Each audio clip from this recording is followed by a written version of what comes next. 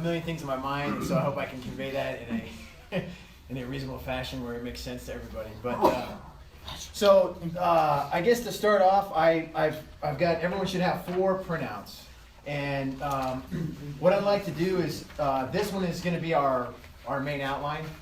Okay, it's a little small print, but I did that so I could try to get everything in these in the 3 pages that there are. There you go. The other printouts are, this one is from the University of California Agriculture and Natural Resource Department. It's a quick little document / info on composting. I know a lot of people have questions on composting. So we have this one on composting, and then there is this one from the Riverside County Department of Waste Resources. It's their 2017 schedule of their free 2-hour class on how to compost. And we'll talk a little bit about that. And then the fourth one is this one. This was from my most favorite gardening book, and it talks a little about the composting section, because I think there's a lot of people that have questions about composting. And so I want to be able to provide ample material for that. What's the name of your favorite gardening book? It's this one right here. Is it on here?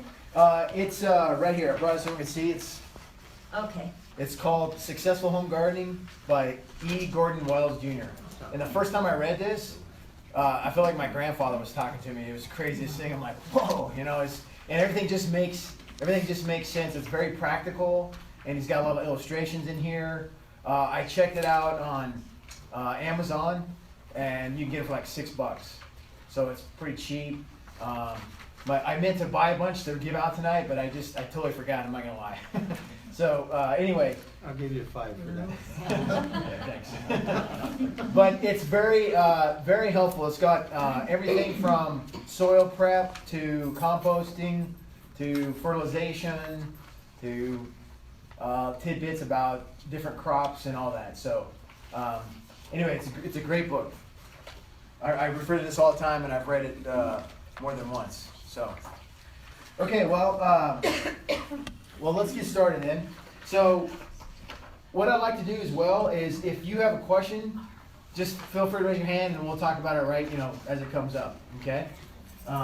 The first thing I have, you got them all 4. Yeah. Okay.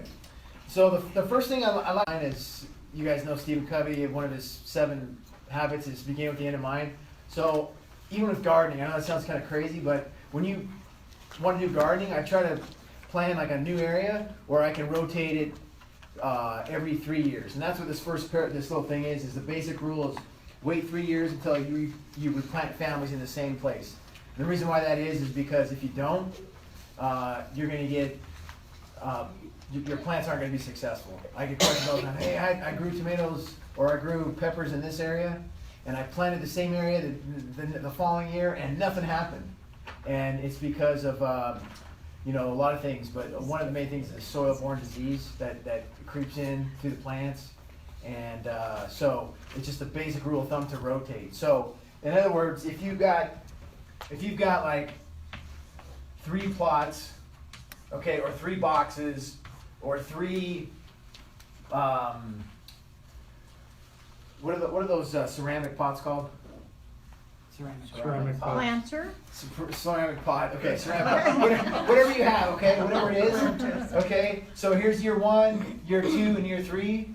Okay, and you just rotate it, and then you come back to here. So that's all that's the basic rule, right? So for me personally, I have two gardens. I have a big one up on the Cresta, and then I have a garden box in my backyard that's an L shape like this, and then I have one that's right here. So I have a walkway like that, and I've divided this box like this, and then I've divided this kind of like this. So here's year 1, year 2, and year 3, and then I just rotate it that way. Okay. Like when you have like a big area, to me it's a little easier to divide because you got more space and all that. But you can even divide up your garden boxes. So, any questions on that? Some people even do it 4 years, but basic rule of thumb is this right here is the wait 3 years until you plant again. So again, here's year 1, year 2, year 3, and then year 4, you're back here. Okay? So that's the beginning with the end in mind. So now you probably wonder, why do you have to rotate? Well, because there's all different kinds of families, okay? And that's what's here, that's this first topic is the vegetable families. And the nightshade are my most favorite ones, particularly tomatoes, okay? I've had a lot of good success here in Murrieta with my tomatoes. And I think the majority of the reason is because up in the Cresta, there's like a microclimate, I would say, where it cools down a little bit more up there, about 5 degrees more than it does here in the valley. And just that little bit more of cool air, I think really helps the tomatoes a lot. And I've had a lot of success up there. But also, the last 2 years in my garden boxes in my backyard, I've had a lot of success. So, anyway, I like the nightshade family, particularly tomatoes. I've also had success with eggplants, peppers, and I've actually planted potatoes. And if any of you have never tried potatoes, I highly recommend trying them. They're delicious when you have homegrown potatoes. And yeah, they're so good. And they're actually part of this nightshade family. So, and what's crazy is when they start sprouting, they actually look like a tomato plant.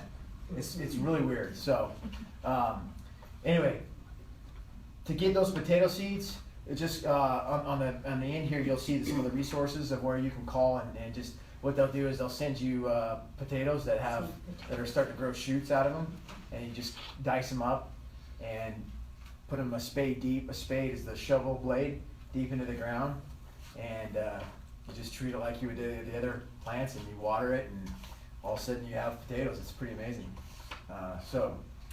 Next one is sweet potatoes. It's the morning glory category. I've never planted sweet potatoes, but from what I've read, they're a little bit different from regular potatoes. They tend to vine out more, kind of like a squash, yes, like vine out, and but they're fairly, they're fairly hardy crop. So next one is the sunflower family.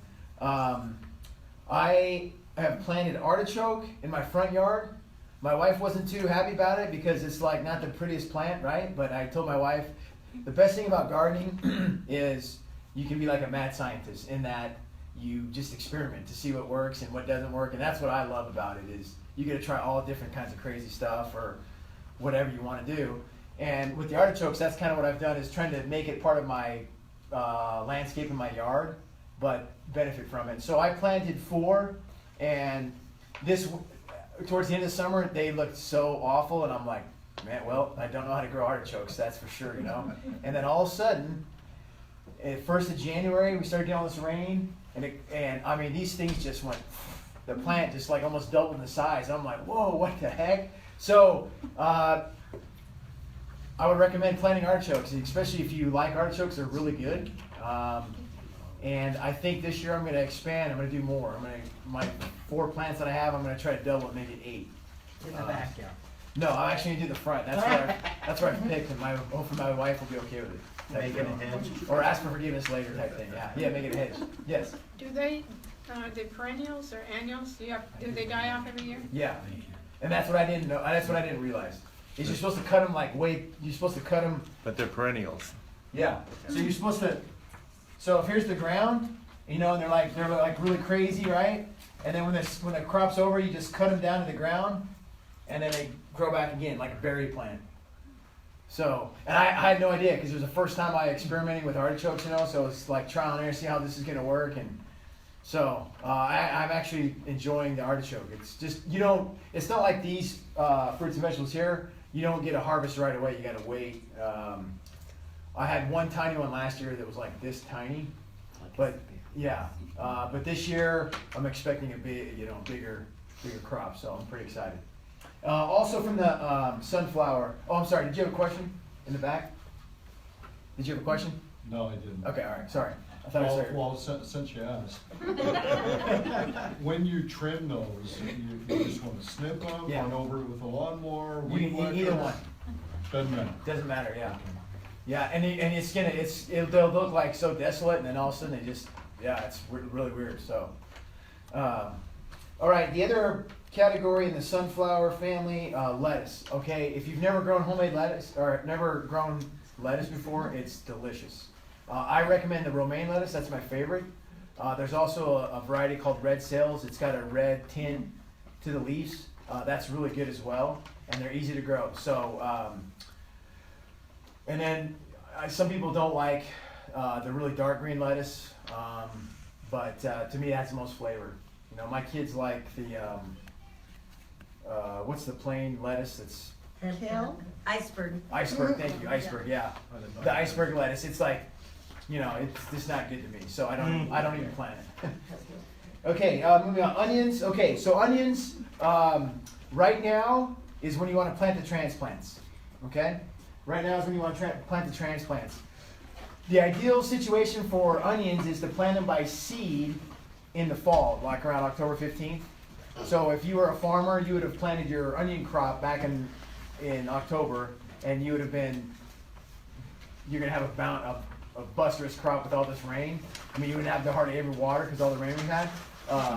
So what's happening now is all these farmers that planted by seed, they're going through their crops and they're thinning out the onions to where they're about a fist spacing apart, and all the extra ones they'll bundle them in a rubber band about 25 to 50 per bundle, and then they sell them to people like us. So I buy them from a guy in St. George.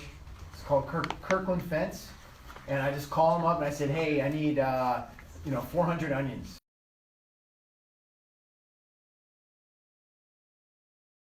Newspaper so they stay moist, and as soon as you get them, you put them in the ground. And I recommend the red weaver from there. Okay. Now, if you don't want to do that, you want homegrown, the legumes, the legume family, peas, beans, and peanuts. I've actually experimented with peanuts before. They were pretty good. And then this last category, parsley. The only one I've really done on that one is carrots. And then I tried celery one year, but I waited too late in the spring, and it got too hot, and they do not do good. So, okay, any questions about the vegetable families? Okay, so ideally, this is kind of how I rotate my crop based on these families, right? So like I said, I love the nightshade family, okay? So if I was going to start out this year as my first year as a gardener, I picked my first garden box, number 1. And this is the nightshade family, right? So everything in this nightshade family that I want to grow, that's what I'm going to put there. So if I don't like eggplant or peppers or okra, and all I want to do is tomatoes and potatoes, then that's what I would do my box with, okay? This box number 2, you could do, let's say you chose this one as the melons and squash, okay? I know a lot of people love homegrown watermelon and cantaloupe. I do too. There's nothing better. But when you have a backyard garden and you're limited with space, it's really hard because the melons love lots of room. So if you have a garden box and you want to plant melon, then you're going to have like 2 melon plants and that's it. They just, for some reason, I have not had much success in my personal garden boxes with watermelons. So I've just dealt with it and said, you know what, I'm not even going to worry about planting melons because on this same space I can plant squash, for example, and get a lot more return on my space investment out of squash than I can melons. Okay. So I would do like melons here, right? Now this third one, this one's you can do all kinds of things. Okay, you can do like half onions and half sunflower, or a third sunflower, a third goosefoot, a third peas, or whatever you want to do. However you want to break it up. Because some of these they're not going to be able to last through the summer. As soon as it starts getting hot, they don't do very well.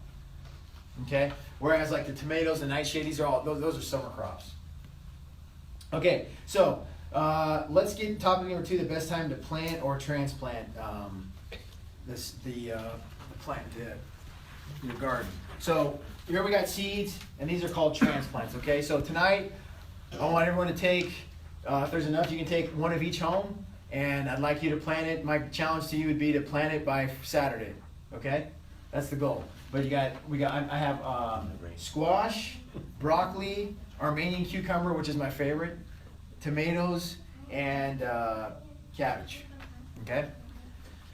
Okay, so these are transplants. These are the seeds. So I show you that, so when we go through this next topic here, it makes a little more sense. So nightshades with starters, the first or second week of March through May, okay? So the great thing about having this class in February is, man, we are getting a great jump start in the growing season. I mean, a great. I don't think, I mean, there's always a chance, but of starting early is you run the risk of having early frost and it'll kill your plant. But I think we're kind of past that.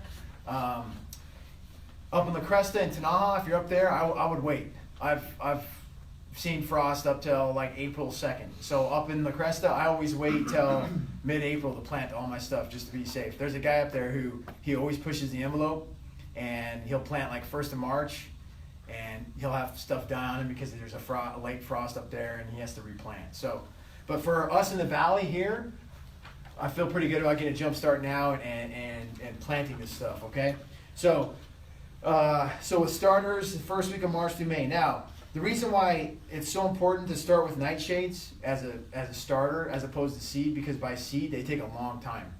So this plant that you see here started in a greenhouse where they had controlled temperatures, and they could get the seed to, get it to this height right now, which is about 6 inches. If you want to experiment with seeds with the tomato family, you can throw it in the garden and have late, fall tomatoes by seed. Here, we'll get you some There's paperwork. some in the back, Kyle. Oh, there's some in the On the back? piano. On the piano. Take one of each. Kyle, are these yours? No. No, Oh, I okay. bought these from Crop Production Services. So it's out in Temecula. And the lady Susan, she's really nice. Like, that's what I tell her what kind of tomato plants that I want, and she buys them for me because I buy so many, I've experimented with starting from seed. Let me tell you what, that's a chore. Because when I lived up in La Cresta, I had 3 big tables, and I had flats like this, right? And so in the morning, I would bring them out of the garage, set them out in the back, and then at nighttime I'd bring them in, have lights all over, growing lights to try to get them. I didn't put any tarps over them to keep the temperature because the garage still got really cold at night, So I was like, I was trying everything, throwing stuff against the wall, see what worked. and after about 8 weeks of that, because I started the first week of January till like mid-March, man, I was just like, I was so burnt on seed starting. So I started doing it's a whole experiment, right? So I went back and said, okay, what did I do wrong? What can I be more efficient at? And the whole key thing is trying to have basically a greenhouse, like a controlled temperature environment that you can help these prosper in. Because, when it's like 41 degrees to 50 degrees in the garage, it just doesn't work like when it's consistently 67 or 75, whatever the greenhouse is. So, so to answer your question, no, I bought these ones. So the sunflower, so the lettuce, early spring. So right now is a great time to plant lettuce. So because lettuce they're small seeds and they grow quick. So you'll have it by about 60 days. So mid-April to end of April if you planted that. Yeah. And the lettuce seeds are really tall, are really small. Mine were bright pink. You're a bright pink? The So seeds? you could see them. Yeah. So, and then once May hits, it gets too hot, and they just, all of a sudden they'll shoot to a flower, and they taste disgusting. They're really bitter, and you just rip it out of the ground, and it's done. Because what happens is, when it gets hot like that, and they shoot up to a flower, that's their signal to, okay, I have to reproduce my offspring. And they'll shoot to a flower, and they'll produce seed out of the flower. You can go up to the flower, shake it out, and you can get a bunch of lettuce seed and just to plant for the following year. But it tastes disgusting. So, yeah. So I would plant now for the lettuce. You can even push it till March 15th, but the sooner the better. And then once that harvest is over, I wouldn't plant any lettuce for the summer, but then in the fall, like towards beginning of September, plant another one, and then you'll have them for fall. So, and like I said, lettuce is easy and it doesn't take a lot of space. Okay, let's go to the melons and squash. So the melons, I don't have any melons here. And like I said, I haven't had success in the garden boxes with melons, but squash, man, I have had tremendous success with squash. So, has anybody in here grown squash before? By raise a hand. Okay, has anybody grown it here in Marietta before? Raise your hand. Okay, how has it been? Sister Brady, you've had success? Good. Okay. Sister Saxon, what about you? The first year I grew it did really well, and then the second year aphids attacked it, and Okay. I only got a couple squash. I kept spraying it with the soapy spray, like I was trying to do it organically, Yeah. and it didn't go well. Yeah, sometimes that happens organically. So okay, so that's what I said. The squash, and your neighbors will love you too, because you have so much and you can keep. What happens with squash, what I've learned down here in the valley, is when it gets really hot in the summer, all of a sudden the plant looks like it's gonna die, and looks really sad and sick. But if you just keep watering it and just hang in there, as soon as the weather starts to cool down, all of a sudden it'll start producing like crazy again. You just got to be, don't give up on it on the squash. So, does anybody have any questions about melons or squash? I mean, I don't want to dampen your spirits of not. I don't want you to like don't. If you want to plant cantaloupe and watermelon, like go for it. I'm just being realistic. If you have limited space in your backyard, it's gonna be tough for it to survive in that kind of environment. Yeah. In that category, Yes. I've had lousy success with cucumbers. Oh, you have. They grow for a few weeks and then they all of a sudden wither and die on me. Okay, so yeah, that's weird because I've had a lot of success. What variety do you know? I've tried a couple, the standard varieties, not the Armenian or anything. Okay, so I've had a lot of success with cucumbers, like to where they just multiply like rabbits almost. And I'm trying to think if I've done anything special with cucumbers, and I don't think I have. One thing that I do know can happen is they get it's called powdery mildew, where the leaf, see how it has lots of foliage, and if the leaf, because when they get bigger too, the leaves can get pretty big. Same with the squash, and what happens is if they get too moist, they get mildew, and that powdery mildew will just kill it. So, have you grown it with trellis before? Yeah, on a trellis even, yeah. Grown on trellis, huh? Yeah, but the mildew hits it and Yeah, it's gone. the cucumbers are. Yeah, if you don't kill the mildew right away, like I planted one year. I planted a ton of pumpkins, for my kids and everything, and we had like a late summer rainstorm, and I was like, oh great, this is gonna be great, and like 3 days later, that powdery mildew just that quick, and I mean, and they were beautiful too, It just sometimes that happens. The cole family, which is the broccoli, the cauliflower. So you can start planting that right now. Okay, even by seed you can plant right now, and you'll still have it in time. This will help you get a little jump start. We got some cabbage here, which is part of the same family, and some broccoli to have for late spring. But definitely by seed for sure. Carrots. Okay, carrots. I've been able to grow carrots all year long, even though it's mainly like a spring crop and a fall crop. I've even let them. What's great with carrots is you plant them now and you pull them out as needed. The longer you leave them in the ground, they taste a little bit more earthy. I mean, I've left them in all the way till like October, and I've picked carrots and washed them, and they taste good. It just tastes a little earthy, But it's kind of like a natural storage to keep them in the ground. Carrots do really well. You'd be surprised at how many carrots you'll get out of just a packet of small packet of seeds. Has anybody grown carrots? Okay, good. And how was your success rate with carrots? It wasn't here, I grew a big garden in Washington State. Oh, okay. Down here. But they were good. And you can leave them in really late in the year, and like you say, just pull them out. Yes, ma'am. Yep, Right. you're exactly right. Yeah. Brother Brady. I staggered, just plant them, month later, plant another. Perfect. Yeah. month later, That works great That was too. in Iowa, we didn't water, we didn't have fertilize, You're spoiled. Corn would grow a foot a day. You laugh, it's true. That's awesome. Well, unfortunately, Different, it's a little different. But with that said, though, you can have a successful carrots. I mean, I've done it pretty much every year. I've had carrots, And what's great too with carrots is you can have a row, like in your garden box. Like if you have a row like this, right? And we'll talk about this tape here, water tape, watering system. You can plant on both sides with the carrots because you know, they're like that wide, and they go deep, you know, so you just space them out. It's great. So, Morning Glories, like I said, that's the sweet potato. If anybody tries that this year, let me know how it goes. I'm curious to see. I may do some, I may not. It depends on how I feel.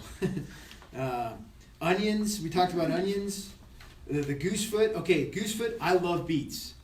If any of you guys like beets, they're so good homegrown, and you can cut them up, you can bottle them, you can pickle them, and they're kind of like carrots too, where you can leave them in the ground, but the longer you leave them in, you know, they start tasting a little earthy, but they're still good. But they're really, really delicious. Spinach, if you don't harvest spinach right away, I've noticed that it can get a little bitter, and then it can also shoot the flower. So, but homegrown spinach is really good as well. Okay, and then the peas, legumes. I love green beans and I love green peas. Those are my two favorites. So of that family, those are the ones I do. I do bush beans, you know, so not the ones that trellis up a pole, but just the bush ones that like get about this tall and they just produce like crazy. I do those ones, and I do green snap peas. And for those, the green snap peas, I would plant them now, because as soon as it starts getting warm in May, they don't do very well. I mean, as soon as the heat hits, there's some plant families, as soon as the heat comes on, especially in this, you know, we're part of a desert climate, and it get really hot, they just don't do very well. It'll kill them really fast. Yeah. I planted my sugar snaps in November, and I've been harvesting them for a month. Perfect. Coming on, yeah. Yeah. So I'm glad you brought that up. So what I like to do at like 8:15 is I want to take you over to my friend's house who has some garden boxes, and he did the same thing. And his peas they're so beautiful, and I just kind of want to show you guys kind of his layout. I mean, he's basically making do with what he's got. So the idea is to show you guys, to kind of inspire you to maybe strike some ideas for your own place. So I'd like to leave here at about 8:10, 8:15, and head over there, and then from there we can just go home if you guys are okay with that. Everyone had their cell phones with a flashlight, because I've been charging my big, massive spotlight all day long. It's still not charged, so we're not going to have that. I wanted to show everybody so they could see, type deal. Okay, so, and then, like I said, corn. Corn, I've had a lot of success with corn up in the Cresta. And from bodacious to sweet candy, there's all different kinds. And if there's any way you can make room in your yard, maybe the backyard for corn, I would highly recommend it. It's really good. And if you grow enough of it, you can freeze it and have it for the winter, which we've done in the past, where we've picked, I don't know, hundreds of corns on the cob, and then we blanched them, and then, you know, sliced them all off, put them in bags and froze them, and then we had them for supper every night through the winter. It's really good. So, okay, so any questions on the best time to plant anything? Anything that I kind of brushed over too quick that you might have a question on when to plant? So basically right now, mid-February, you're okay to plant anything we've talked about. Okay? Just remember that the stuff that likes cooler weather, the closer you get to late spring, early summer, you're gonna have a really high failure rate. Okay? So what I would recommend is I would start with the cooler weather stuff right now, okay? And then maybe by mid-March you can start doing like the summer crop. Okay, just kind of as a rule of thumb, just keep in mind. But like I said, you can do everything right now. It'll be totally fine. Okay, so let's go to the next page, topic 3, proper spacing for planting. So I put this on here for you guys we're not going to go through it. It's just as you're planting and you're like, oh shoot, how far apart am I supposed to plant onions? You know, this is just a quick little thing. You go to the onions, your fist width apart for the plant, okay, and then 12-inch rows. And if you plant by seed, what I do is, like some of this stuff, have you guys ever seen a onion seed before? Like, how many in the Book of Mormon they talk about the mustard seed, right? Well, let me tell you what, man. This onion seed is like, when I always read the scripture, I'm always like, well, I don't know, man. The onion seed's pretty small, Alma. So, you know, it's really small seed. And all these seeds that are really small, I don't know if I have some here. Okay, here's bodacious. this is a half pound of bodacious corn. I planted a bunch of corn last year and the rabbits mowed it down. I was really mad. Yeah, all my other, I think I left, I was gonna bring both boxes, but I left it. But anyway, they're really small, the onion seed. But, so anyway, this is just a snapshot to help you guys on the planting, okay? Just a snapshot of, okay, what are you planting? How far apart do I need to do this? If you're gonna plant by seed, get the row width accurate, but the spacing in between, it doesn't matter. What I do is I'll just take the whole packet and I'll, like every 2 inches, I'll plant and then cover, because what you're gonna end up doing is you're gonna thin them out, right? So they have the proper spacing, and you don't know which ones are gonna make it and which ones aren't. So you wanna plant like as much as you can in a row, and as they start sprouting and germinating, you can thin them out to where how you want it laid out in your garden. Okay, so any questions on the proper spacing for planting?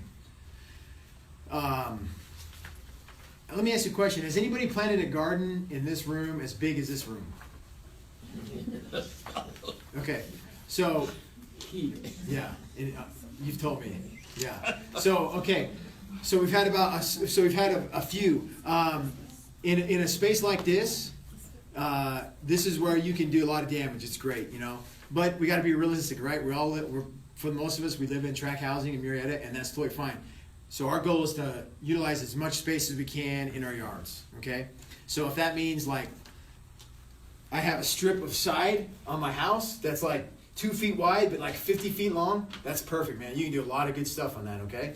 So just keep in mind where you can plant in your yard. That's the whole idea, yes? But you need sunshine, so sometimes on the side of the house, there's no sun. That's exactly right. You're exactly right. That's the whole key. Sunshine is definitely a key.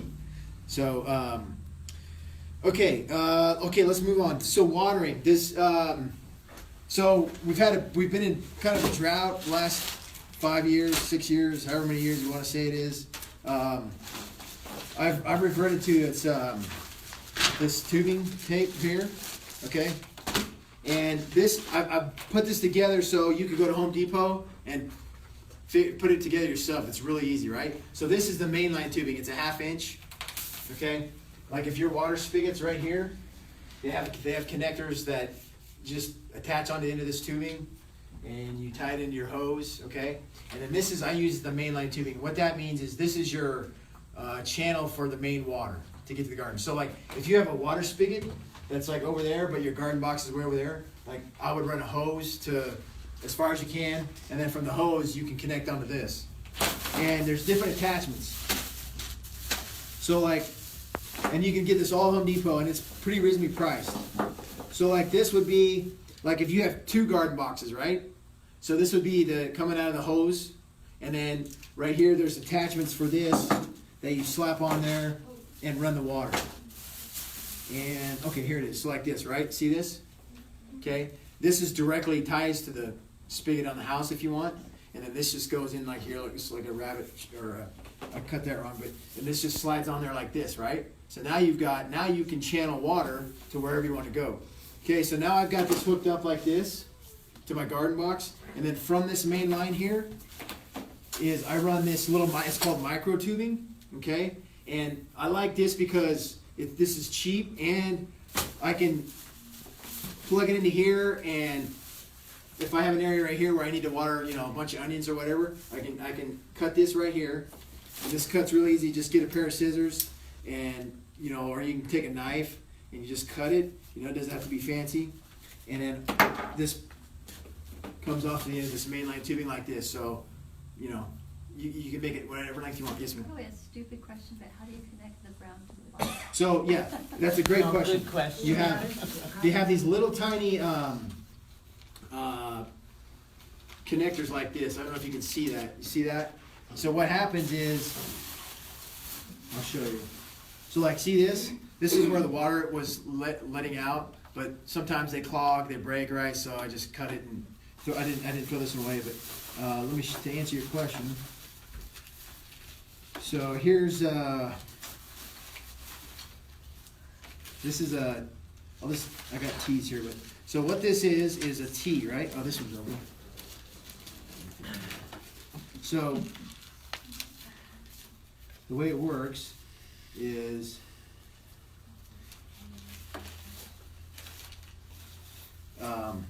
You just, all you do is just go like this, and it goes right on there like this.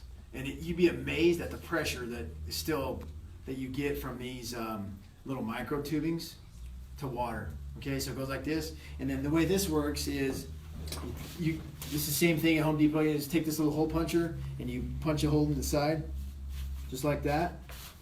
So you see the hole like that, and then this just pops in right here, and it just pops in right there. You hear it snapping like that, and there you go. Now this one, obviously, you don't want to use a T, right? You're only going to run it. I would put another brown stripping right here to go off. And then what I do, real quick, and what I do after this, okay, is I like these little sprinkler head things, because what can happen is I can adjust how much water flow comes out.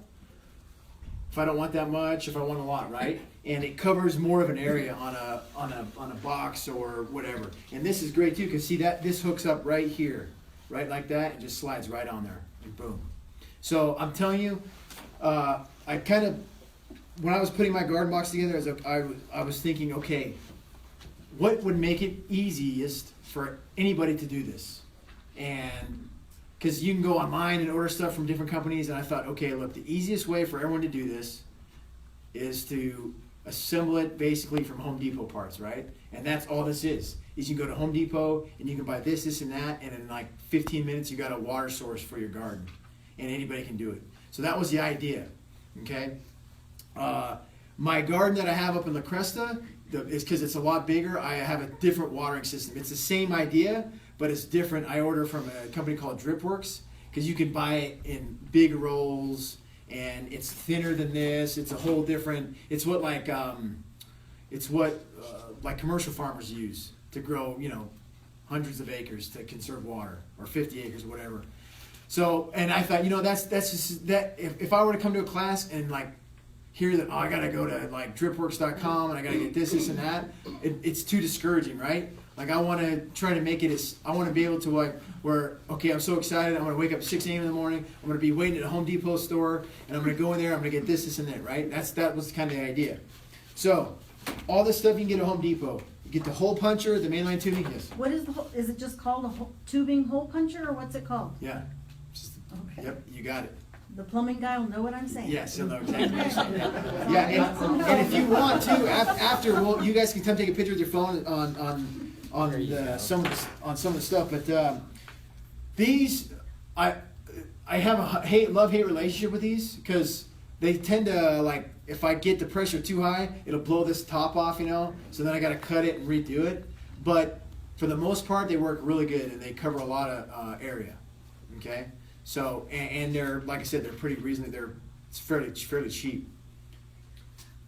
In my little box of parts that I have, Yeah. from Home Depot, I keep a book of matches, or a box of matches, and because sometimes it's really hard to get that little micro tubing onto the thing, so I just warm it up a little bit but not too much where it stretches. Just warm it up a little bit, and it goes right on, and that's a great idea. Sinks back in. It just makes life so much easier. That's a good idea. Okay, I like that idea. So keep that in mind too. That's a great idea. Let me see if there's anything else here I can show you. And like I said, they got. And then so to close off the end of this, they have these little things. These are called. Just an enclosure, I guess. I don't know, but you just stick it in there like this, and then you leave yourself enough to where all you do is bend this like this, and this goes in right here, and it stops the water and it gets all your pressure.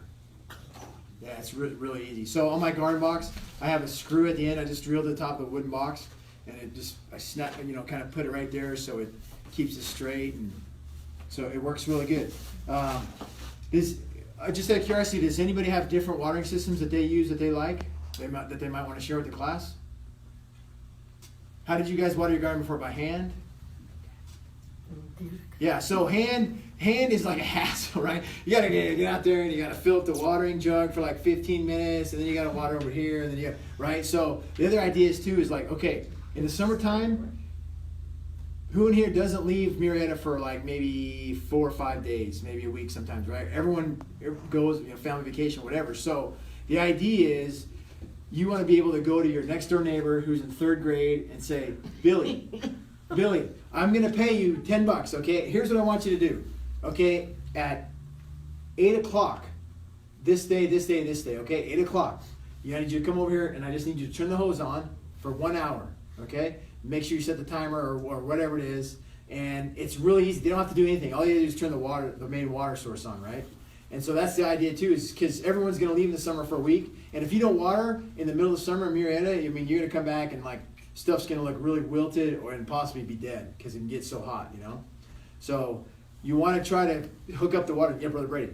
I was just, because I used them to water swimming pools when I was building them. Yeah. You can get a battery powered timer that'll hook right up to the hose bed and just program it, forget about it. Yep, And that's easy, when you're using hoses and things like that, if you don't want to put in a full-on irrigation system. right. And Or as well, drip line. And he's exactly right. And they're really easy to put in too. So if you don't, yeah, go ahead. Yeah. I've tried to use soaker hoses, but I'm dissatisfied with them. The first part of the soaker hose, you get that nice pressure. Towards the end, you have no pressure at all. And after 2 or 3 years, you got to throw them away because they're clogged up. I'm going to give up on them.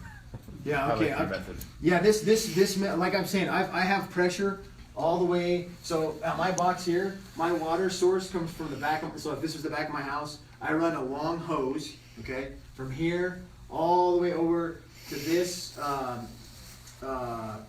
I'm sorry, I got this twisted around. So if this was flipped over, so here's my house, the back of my house, and my garden boxes go like this. Okay, and this one's longer like this, and then here's the walkway to the gate. So here's the fence like this. So my water source is right here. I run a long hose all the way to this box here. It's run along here so no one can trip on it.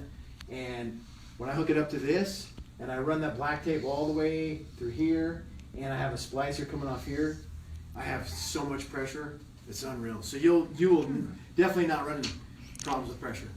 When you water for an hour, how many days a week do you water? Okay, watering, it's all, there's not a science to it. You gotta just like eyeball it, and whatever you schedule you pick, that's the one you want to stay consistent with. Because sometimes you can overwater and sometimes you can underwater. So like for me, what I did with mine is I would water for like an hour. Okay, through this system, I turned everything on for an hour, even though like the watermelon needed more water than the tomato plants or whatever, right? I just did it consistently, and I did it for, I think I did it every 3 days. So, but up in La Cresta, the big garden that I had, I would water for like 12 to 20 hours, and I would do it once every 7 days. I just didn't have to water as much, because it like just the soil in the ground. It's just, and I've worked it so long. It's just been with the raised garden boxes. There's quicker drainage, just because of gravity, right? Quicker drainage, so there's a little bit more watering involved. But yeah. So do you put one of those micro lines to each plant, or do you? So what I do. Or what? So like for example, okay, so if this was coming. Let me show you real quick. If this was coming from my house, or let's say it's coming from the hose right there, and I got this. Here's my garden box right here, right? And I got so I got one plant right here, and I got another plant. I got another plant over here. Okay. So what I would do, these are still fairly young plants, I would run one of these, and I'd stab it right here.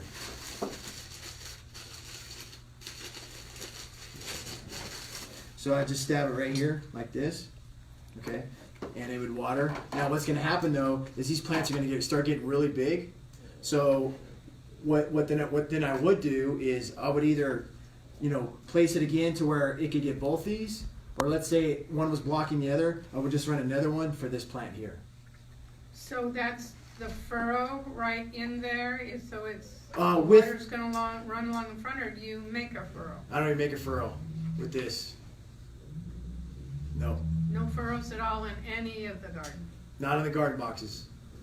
Now, the big space that I have up in the crescent, then yeah, I do, because I can run the tape inside the furrow and I plant, because I have so much space, right? But with the garden box like this, you just plant it. If I was gonna plant these right now, I'd put the soil level to right there, and then I don't need the furrow because this is laying on top, and I'll soak it pretty good. Does that make sense?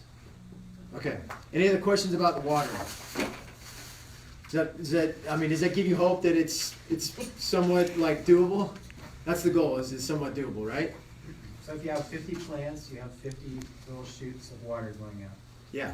Or if you You have 50 of those little hoses going out. me personally, no, I wouldn't. I would figure it out to where I could, okay, maybe 30 instead of 50. You'd have 30 to like 50 plants. Okay. Some areas like, so for example, I planted in one little, so if this was a garden box, like this little section here was spinach, right? And I put one of these for that spinach. But by the time the spinach got like 6 inches tall, the only plants that were getting water were those ones right around it.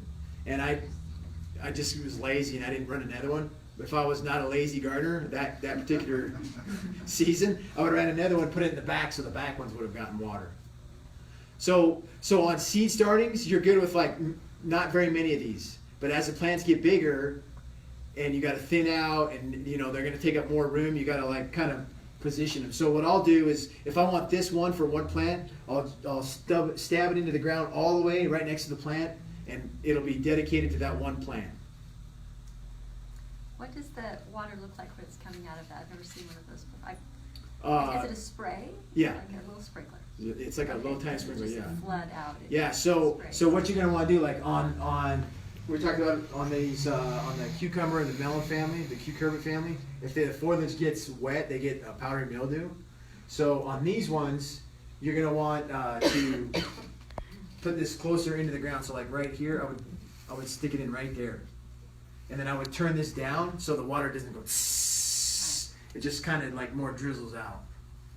But would you have to put more in though because it's turned down? Yeah, but what's gonna happen is these zucchini plants, they get massive. I mean, you're gonna have, like if I had, let's say our garden box was like from this end of this table to here, we could probably put in like 4 zucchini plants, and you're gonna say, I need to put in like 10, because I have all this room, right? But by the time those 4 get massive, I mean, they're gonna be overflowing in your box. And all you'll need is 4 of these. Does that make sense? Okay. All right, next. Any other questions? Not for me. Do you have, will you be covering any instruction on making a garden box? Yeah, there's, okay. Any other questions on watering? We'll jump down. No more questions on watering? Okay. So topic number 5 is companies that buy transplants and seeds. So this crop production services, that's where I get my stuff from. And if you want to order a bunch, you can even private order with her. She'll take a huge order. Well, you can go in there. You can buy like a 6-pack. Okay. You can buy a 6-pack of plants. Also, if you're going to buy from, I've bought them from Home Depot before, but the later you wait in the year to buy them, they're awful. They got lots of bugs. So, like right now, they're going to start coming out, and they supply a lot of Bonnie plants, and Bonnie's pretty good. But if you're going to buy it from Home Depot, I would start buying it right now, and over the next, like from now, next 3 weeks, 4 weeks. After that, I wouldn't recommend getting, because the quality seems to go down. A lot of infestation of bugs, and this is based on my experience. So the sooner, the better from these big box stores. Same with Armstrong. Okay. Yes. Oh, I moved down from St. George where it was almost impossible to have a garden, but I don't know. That's where I learned to garden. well, In St. where George. I was, it was.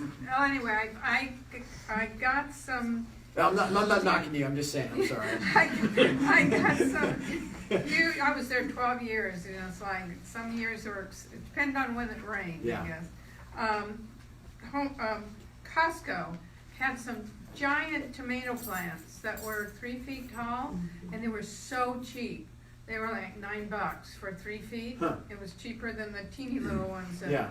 at Home Depot. And I put those in last year. I had the most successful year with those. They had all kinds of varieties of plants, tomatoes, and everything. And you just have to hit Costco at the right time. And that was here in Marietta or St. George? That was in St. George, but I would hope they'd have them here because I Yeah. have to go look for them. I've always just done them from these 6-packs because one is I like to grow so many, so I just buy a ton and then I can plant them and then what'll happen is because I plant so every year I usually grow anywhere from like 150 to 200 tomato plants, so that's why it's cheaper for me to buy in the 6-pack. Yeah, I just like, But- I was doing that, but then I had such a nice head start with those big Yeah, ones. oh yeah, That that's a was great very- head start. Yeah, Very, I hope it'll be different down here. I'm sure you have a good year. Okay, and then I'm sure, some of you guys will come across places where like, hey, like there's, you guys know in between, I don't know what the city's called, but it's in San Diego County. If you take like Deer Springs Road and you go like you're gonna go towards the ocean. Vista? Like Vista, yeah, thanks, man. Yeah, so that area out there, there's like nurseries all over down there, right? So if you're ever like driving through there, you just look, there's random nurseries all over the place. You can stop in there and they'll sell to the public, There was a Japanese guy in Rainbow, just right past the inspection. For like 5 years, I would go and buy him and really good pricing, and he had all kinds of stuff. And one year I went there and he sold out, and he was no longer, he just sold and he was done. I was so bummed because all his plants were really high quality and they were great. So now I like crop production services out of Temecula.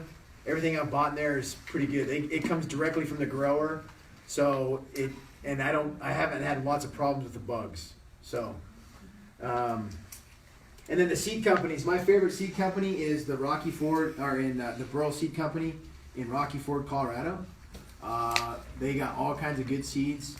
You will not find a lot of heirlooms. So if you want to experiment with heirloom stuff, a good company is Peaceful Valley up in Grass Valley, California. They have a lot of selection, and you can just go online and get stuff. But they have heirlooms of tomato, squash, all kinds of heirloom stuff. It's a little bit more expensive. So if you want the Walmart pricing, I would suggest Burl Seed Company. However, if you're gonna do that, you're gonna get right? So I've got these packs. This is a 1 ounce. This is a 1 ounce pack of golden zucchini, and I think it was like, I don't know, $4. But I mean, 1 ounce is a lot of seed, right? And so that's the only thing is when you order from Burl, you get a lot of seed. So, but it'll last you a couple of years at least. 2 or 3. I wouldn't try to push it past 3 or 4. One year I planted it with the seeds were like 4 years old from Burl, and nothing germinated. I was so mad. All this work, I was like, you gotta be kidding. I wanted to kill somebody. They didn't have any germination written on there? No. They started to put that purchase date on there, so now you know. But I figured it's about 4 years, Because most seed has germination on it somewhere. Should have. Yeah, I don't. You know what? I don't think these ones do actually. Yeah, I don't think these ones do. They don't go with garden seeds, but any farming seeds always have germination on it. Huh. Yeah, that'd be nice if these did. Yeah, because if it's last year's seed, the germination rate goes way down. Yeah, I've never seen germination date on these. Yeah, but that'd be a good thing. Yes. Do you have any recommendations for keeping wildlife out of your garden? Oh yeah. Is there anybody here that does not like guns? Because if you don't like guns, plug your ears. I recommend a high-powered pellet gun or a silencer on a 22. that takes care of rabbits. No, sir, I've had so many problems with rabbits. Not down in here in the valley, but up in the hills. And I've taken out lots of rabbits. I'm sorry, but I like animals, but after like sweating and busting my rump to like put this beautiful garden in there. I'm not gonna let a rabbit like take me down, right? Now last year they got me on the corn like overnight. It was mowed down. I was so mad. If I had an AR-15, I would have like went out there and. But anyway, they destroyed my corn. So, but they have all kinds of. There's like have-a-heart. Those have-a-heart traps. You guys ever seen those? You can buy those, but Many for rabbits. I just me personally, I like to shoot them with a high-powered pellet gun, and They don't make much noise. that's right. 22. If you don't have a silencer, it'll ricochet, and it'll make a noise up through these canyons up there, and then you'll have like The sheriff's department helicopters. helicopters. Like, I just wall, like this. Maybe I'm just a gardener. So dogs. Do they help? Yeah, Brother Brady. I was gonna say, my dad's place, he does anywhere from a third to half acre vegetable garden, what he feels like it. Pellet gun's good, we're out in the county, San Diego, North County, we can shoot anything we want there, but pellet gun is, friendly. There are various traps, his favorite is the one we, trap squirrels in because they just made his orchard and ground. Yes. That works. And we actually take chicken wire and we enclose the vegetable garden area, the chicken wire, put around the fruit fence. And that, if you maintain it, does work. Yes. The chicken. Chicken wire is cheap. But you have to go deep as well, right? You have to braid. No, the gophers are different, and unfortunately, we are in the wonderful state of California that has outlawed everything of value, including decon. Feed your rodents. Green grain. That's, you have to. Yeah. So I've had a lot of success with chicken wire in my big garden. Apparently not. Well, the corn I expanded. I expanded. I like every year I try to get a little bit bigger. So my one area is fenced in with chicken wire, and Brother Brady's right. If you don't maintain it, those rabbits, the tiniest hole like that, they'll get in there, and overnight they'll just wreak havoc on your garden.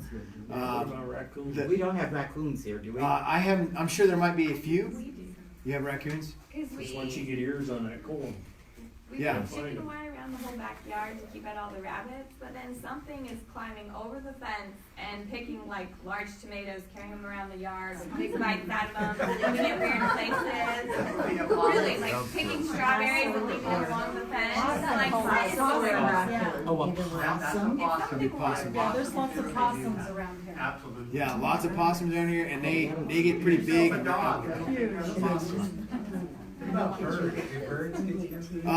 Birds, yeah. So like, I'll be picking tomatoes, and occasionally I'll have tomato that's been pecked on by the birds. But on the tomatoes, I don't mind the birds. I like hearing them sing, and chirp, and it's peaceful. But they do on some of your stuff, like they can destroy it. Like I have fruit trees, and every summer, man, I'm so mad because they just destroy them. And I put nets up, so every year I've been putting nets up, and we've been able to harvest way more. But even then, like bees, if you have there's my neighbor, my in-laws neighbor who I have my garden, last year they bought like 6 bee boxes, right? And so, I mean, the peaches were getting so nice and beautiful, and go out the next day, and the bees just eaten Sucked the life right out of them. Yeah, I was so mad. Yeah, it was crazy. It's just because it was, the sugar. They love the sugar, and that was the first year I've ever had problems with bees. But they'll pollinate. Yeah. The that's bees, exactly right. the bees ate the peaches. The bees ate the peaches. And then my dad has a few friends in St. George. I haven't seen this problem here, but they call it like the Chinese beetle. Or Japanese beetle, thank you, yeah. And it's like a infestation on this peach orchard. Leaves right off. Oh, it was the saddest thing. I mean, these big, beautiful peaches, and there's millions of these Japanese beetles. So, yeah. I was just going to say one thing that helps us with the birds, at least, is if you tie shiny ribbon or old CDs, that shininess keeps them away. Yeah, yeah. And one year we did that, and I just remember the birds just went crazy. with the shiny stuff? Oh, anything we put up there. Oh. Just the nets seem to work the best for where I am. Every location is different. Yeah. I don't know whether you've heard about it or not, but I heard about the effectiveness of bubble gum. And Never heard of I it. put some in the microwave and heated it up just a bit and cut it in little chunks and scattered it all around. It's not as humane as shooting them, but it does get rid of the little ground critters. Well, that's a good idea. It doesn't do well with their digestive system. Yeah, I mess them up. That's And then they go home and die? Yeah, they go somewhere else and die. yeah. Come on for that. Yeah, that's a great. I've never heard of that one. My dad has a good. It's like maybe like 50 to 70 trees now, and ground squirrels everywhere. And so he made this device where he took one of those those big drums for the water storage unit or Blue water ones? storage. Yeah, 55. you can do that, or you can do an oil tank. He cut off the top, and then he put a wooden ramp up to the top of the bucket to the barrel, and then from the top of the barrel hung a chain, and the bottom of this chain was a cup of peanut butter. And then half of the barrel was full of water, and they'd run up there, they'd smell the peanut butter, they'd drop down in there, and Couldn't get out. yeah, and they drowned. It was it was a brilliant trap, right? I mean, it worked. They suffer a little bit, but it worked. These are just little tricks that like you figure out. So the biggest problem that if you're that I've run into in my experience here in Murrieta is gophers. Hundreds of gophers I've trapped and killed. And the thing that I like that works best for me, those green traps you can get at like Home Depot. They sell them a 2-pack, and they're like $10, and they'll last for a few years. And what I do is I have like a long screwdriver like that long, and wherever I see the gopher hole, I'll jab around it, and wherever the dirt just kind of caves in, then I'll dig right there with a little trowel shovel and find the tunnel, because these gophers, they make tunnels like a highway, right? And if you find that highway and set the trap going each way, and then put like a big piece of cardboard over the hole so it's dark, they'll run through that tunnel and whack, they'll run into that trap, and it works. I like it better than the bait, because then I know I got it. I got the gopher. Do you use herbicides at all? No herbicide. Just if it dies, it dies. No, I mean herbicides on your plants to keep the insects and the animals No. away. No, I'll use it's called neem oil. It's like an organic spray. I just spray that. The problem with neem oil is since it's organic, you got to spray it a lot more. Like if you use like there's one that's a non-organic that's called 7. Yep. Oh, yeah. Yeah, if you spray that like once, Oh, yeah. you're good. I've sprayed it before. The last few years, I've tried to like say, okay, I'm not gonna spray. Whatever happens, happens, right? And I'll use the neem oil, and has seemed to work. Because we always dust it, and that would keep them away. And I've heard dusting works well. Yes. Yeah. If you dug out your garden, like a foot or something, and then laid like I don't know, some kind of a Chicken wire. Yeah. Would that keep gophers out? Yeah. I've never tried it before. So my backyard here, I live off of Cal Oaks and Tarragona, kind of by Avaha Elementary School, kind of by the State Center, right? So I've lived there for 3 years. I've had a garden box for 3 years, and I haven't had one problem with a gopher.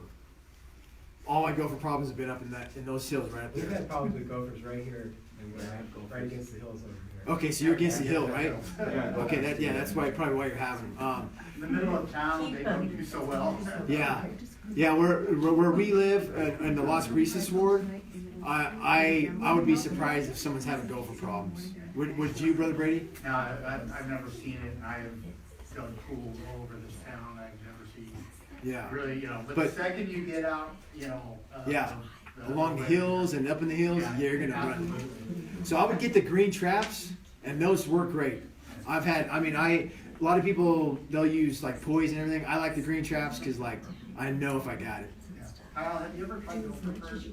No. Like, me neither. I read about it, but Yeah, no, I've just the green traps have worked, and I just stuck to that. I live in Alta Marietta ward. It's really the center of town. Uh-huh. years went by, no gopher problem. For the last 2 years, I've had gophers. Really? Wrecked my garden, yeah.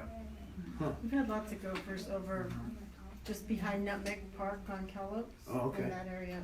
Yeah, but see that, you got the park, you know, that's an area.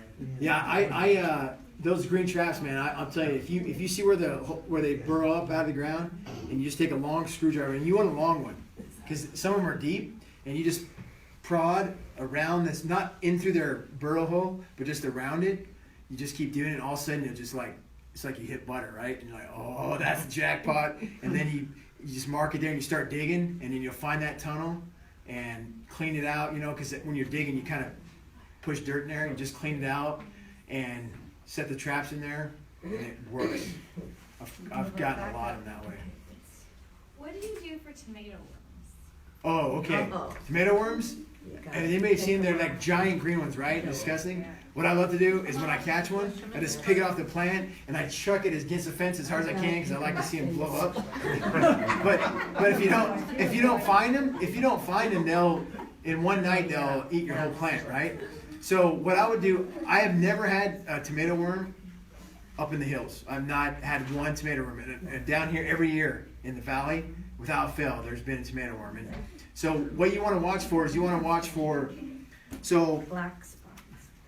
so let's say this tomato plant right here, right? And let's say this one's not here, but it's this one. And you go out and let's say it's a lot bigger. And this branch here, all this foliage is gone. And there's just this stem. Then you got tomato worms. And what you do is, I wouldn't leave your garden until you find where that sucker is. Because in 24 hours, he's going to like destroy your plant. One worm. They do a lot of damage. It's crazy. And they are so hard to see because they are this exact color of the plant. Can you have just one, or do you usually have a lot? Every year there's been like 4. I've had like 4. 2 years ago, I had some that were on large plants, and I was able to like pick them off and try and kill them. And then last year, the little plants, I walked out and they were all stripped and dead, and I just gave up. Oh.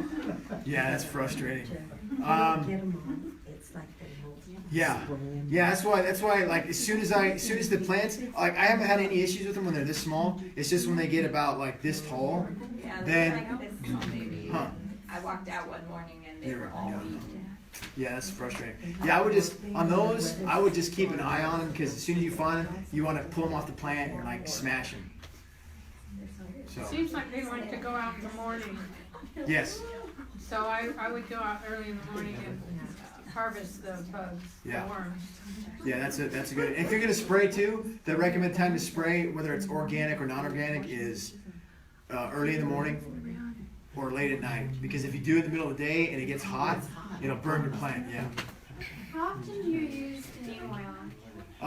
On the bottle that I got, it was like once a week for 7 weeks. Okay, I got some scales on one citrus tree and some of the city mold on another. And I used the neem oil once a week, and it didn't seem to do anything. Did you try a different organic spray? Did you try something else? I think it was organic, but I got it at just Lowe's. It was the first bottle they had there. Of the neem oil? Okay. Yeah, on that one, if that was me, I would, and I didn't see a result, I would probably be tempted to revert to like a non-organic spray. But I would try probably one more non-organic spray. There's lots of different kinds just to see what would work. Neem oil is N-E-E-M. Neem oil. You use it just like preventatively? Yeah. Yeah, as soon as I see like a little bit of bugs, like I spray, and then sometimes, like once I've sprayed maybe, I don't think I've gotten the full 7 weeks.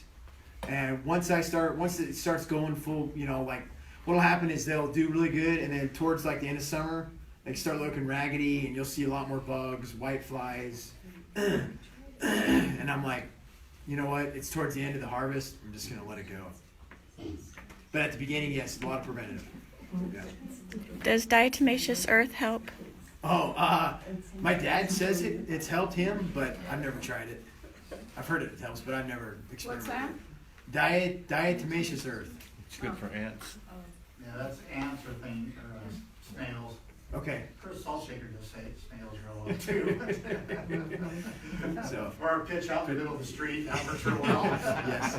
You can feed it the pellets and go past Yeah. murdering, but, you know, that DE, that's where it works the best, is for things that are on the ground, ants, snail slugs. Okay, that's good to know. No, I was just pointing Oh, out. okay, all right. Any other questions? How much time do you spend weeding? Oh man, I hate weeding. Do you have a? The key, yeah, I just have a hoe, and then On up there? yeah, Just a hole? yeah, yeah. It just, and the key is Every day. my Uncle Jim told me this, and my dad is like, just every time you go out to the garden, have the hoe in your hand, and as you're walking through, you see one, just because the smaller the weeds are, the easier are to get right.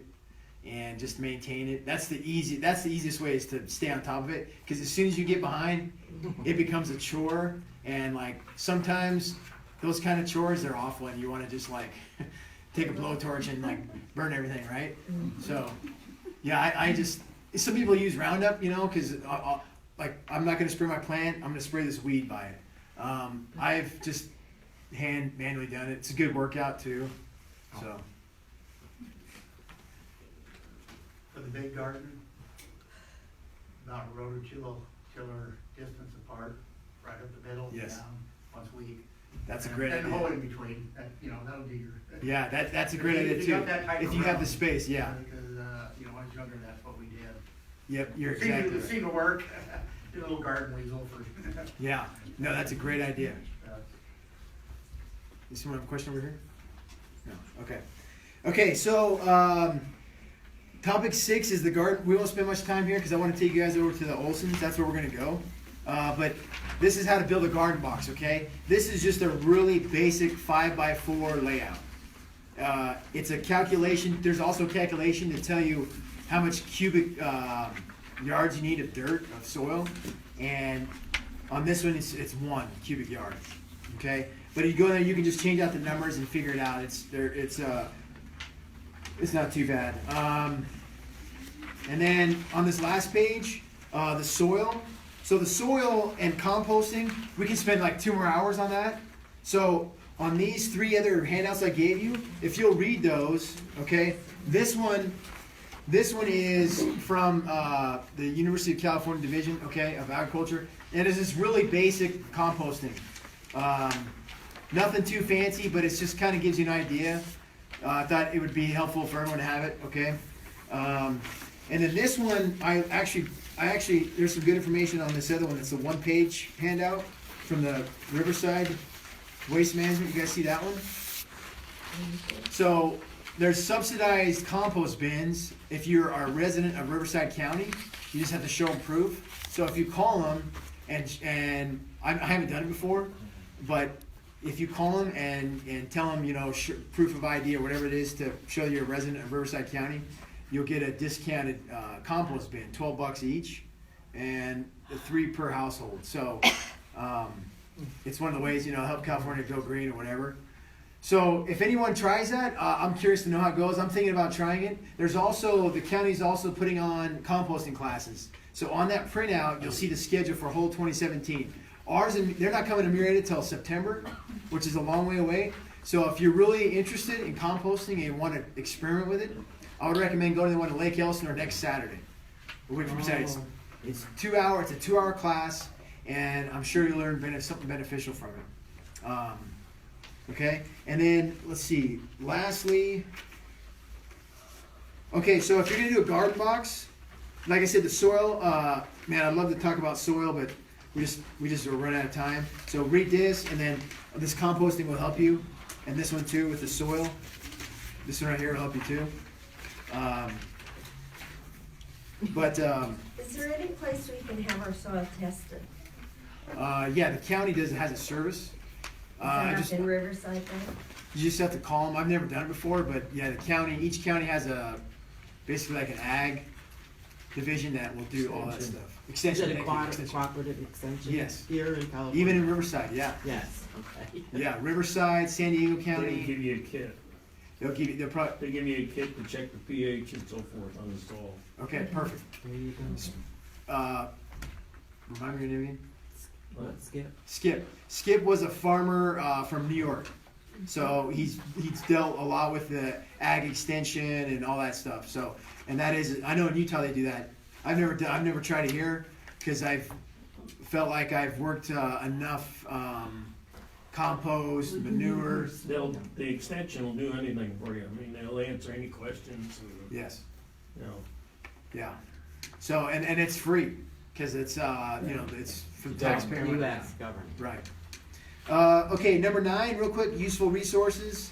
There's just some articles there. Now, soil. Okay, there's a really good deal. I mean, I thought it was a good deal. It's the very last SoCal Mulch. You guys probably have seen them around, but they have what's called a veggie blend, and it's their proprietary blend. And you can get 1 cubic yard, which is basically a pickup truck bed full of really good garden soil. They call it their veggie blend. It's $35 per 1 cubic yard, and then if you want it delivered anywhere in 92562, 92563, excluding the hills, it's about $65 to $75 delivered. So if you don't have a truck and you're like, crap, I can't, it's $65 to $75 to have it delivered to your, right there on your driveway, and you can shovel it, move it with a wheelbarrow to your side yard or backyard. And the guy there, he told me that this veggie blend is pretty good. So. When you say mulch, do you mean compost? No, this is the name of the company, SoCal Mulch. Oh, gotcha. Yeah. So for the mulch, never use mulch for garden because the mulch is like barks, broken up barks, and like what that'll do is if it's too big, it won't. The germination of the seed, it's not strong enough to bust through that heavy mulch. So you want to use compost. Okay. So what I like to do. Yeah. Any. First of all, before we leave, any questions? Yeah. How much area would 1 cubic yard cover? It would cover a 4 by 5, 4 feet wide by 5 feet long, by 1 foot deep, Okay. approximately. So that'll give you an idea. So if you need let's say you have 3 garden boxes, right? Then you're gonna need 3 truckloads. Yeah, maybe they might bring the delivery fee might be the same price for 1 cubic yard as it is for 2 or 3 cubic yards. So. If you have small planter boxes, so it's not a large area, is there anything that you can put on top of the soil Yes. to help keep it wet when it's really hot? Oh, no, I just let it go. Yeah. You can do straw. Yeah. No. I wouldn't do hay. I would do straw. I've never tried newspaper before, but I know what you mean. Some areas it's like, wow, it looks extremely hot, but I've just kind of let it do its thing. Yes. One of the reasons you're mulching is because that does hold the water. That's kind of one of the main reasons you do it. It's pretty much organics. It's got sandy soil and stuff, but mulch does hold the water. Yeah. I just, to me, it's like a hassle, right? Okay, I gotta put stuff around the plant, and I've never really had any. It hasn't gotten so hot where it's burnt my plant. Does that make sense? It was 119 in our backyard last year, and it was singed, and I saw stuff die. Yeah. Large umbrellas. So Yeah, I should have covered it first. yeah, I don't know if you guys have seen some of these nurseries have this black tarp, right? That's got really small porous holes. You can buy rolls of that and just, for that 1 month it's super hot, you can just cover it, make a little shade cover. Sunshade. Sunshade, yeah, that's what it's called. Yeah, sunshade. From a nursery. Yeah, well, if you go to nursery, they have canopies built out of that just to keep the transplants, excuse me, shaded, during the super hot months. But I would try that, because there's some areas if your box is by your house and the sun's hitting the side of your house, and then you have concrete right there. Right. I mean, it's like an oven, right? Yeah. So, okay. Any other questions before we go check out these garden boxes? Okay. So what I want you guys to do is I bought enough for everybody. Okay. So I want you to try to take. Let's see. 1, 2, 3, 4, 5, 6, 7, 8, 9, 10, 11, 12, 13. Okay, perfect. Everyone gets one plant of each variety. So you can have a tomato plant, squash. Yeah, I'm serious. I want you. Okay, well, do you know someone you can give that you love that you can give to? Okay, so let's do this. Why don't we come up and just take one of each, and then what we're gonna do is we're gonna head over to. Let me tell you the address. This will be really